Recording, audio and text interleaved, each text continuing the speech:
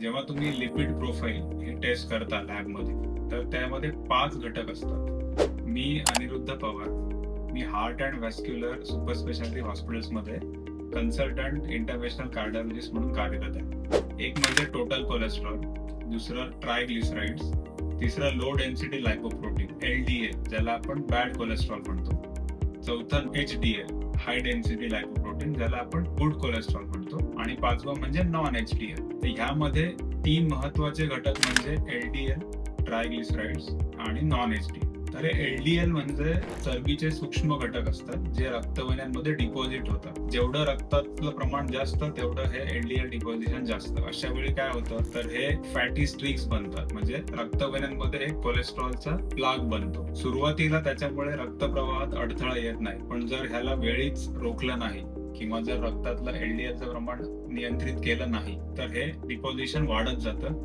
आणि अशा वेळी मग ते रक्तवाहिन्यातले अडथळे वाढत जातात, आणि अशा वेळी रक्ताची एक गाठ बनते आणि त्यावेळी अचानक रक्तप्रवाह थांबला जातो, ज्यामुळे आपल्याला हृदयविकाराचा झटका येतो. तर ह्याला रोखण्यासाठी काय केलं पाहिजे? पहिल्यांदा आपण बघतो की LDL किती आहे. LDL हे 100च्या आत असावं, 100 मिलीग्रॅम पर डेसिलिटरच्या आत असावं. जर तुम्हाला डायबिटीज असेल किंवा जर तुम्हाला आधी हृदयविकाराचा झटका येऊन गेला असेल किंवा फॅमिली हिस्ट्री असेल तर आपण हे LDL अजून कमी ठेवायचा प्रयत्न करतो, म्हणजे 70 किंवा 50 सुद्धा. त्याच्यानंतर दुसरा घटक म्हणजे ट्रायग्लिसराइड्स. तर हे ट्रायग्लिसराइड जे आहे ते बहुधा आपल्या खाण्यावर अवलंबून असतं. जर आपल्या आहारामध्ये पिष्टमय पदार्थ किंवा मैदा, ज्याला आपण रिफाइंड कार्बोहायड्रेट्स म्हणतो, हे मैदा किंवा साखर किंवा हे पॅकेज फूड, जंक फूड, हे जर पदार्थ जास्त असतील तर ट्रायग्लिसराइडचं प्रमाण हे आपल्या रक्तामध्ये खूप जास्त आढळतं.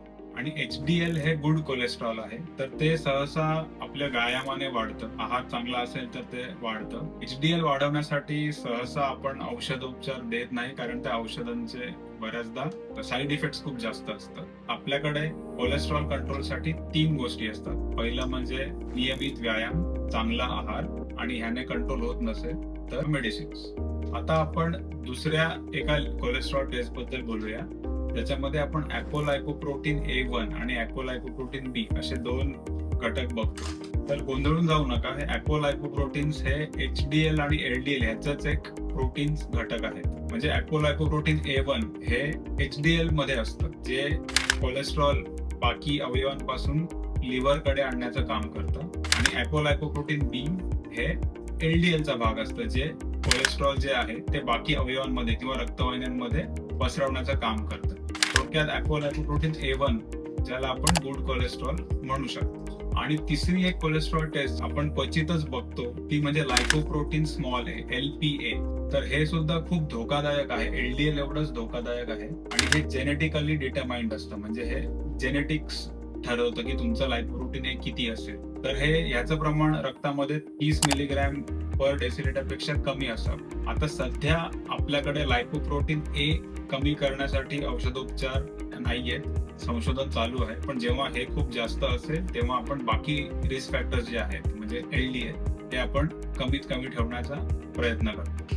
तर गोंधळून जाऊ नका, ह्या 3 टेस्ट आपण वयाच्या 20 नंतर एकदा तरी केल्याच पाहिजेत, जरी तुम्हाला काही लक्षणं नसतील, कारण कोलेस्ट्रॉलमुळे जेव्हा आजार होतात तेव्हाच आपल्याला लक्षणं येतात. त्याच्यामुळे कुठलीही लक्षणं नसतील आणि तुमचं वय 20 पेक्षा जास्त असेल तर तुम्ही एकदा ह्या टेस्ट केल्याच पाहिजे. तर HVS हॉस्पिटल्समध्ये आपण कॉम्प्रिहेन्सिव्ह हार्ट इव्हॅल्युएशन करतो, आणि आपण पेशंट्सला मार्गदर्शन करतो की आपण हे रिस्क फॅक्टर्स नियंत्रणात आणू शकतो आणि हृदयविकाराचा धोका आपण टाळू शकतो.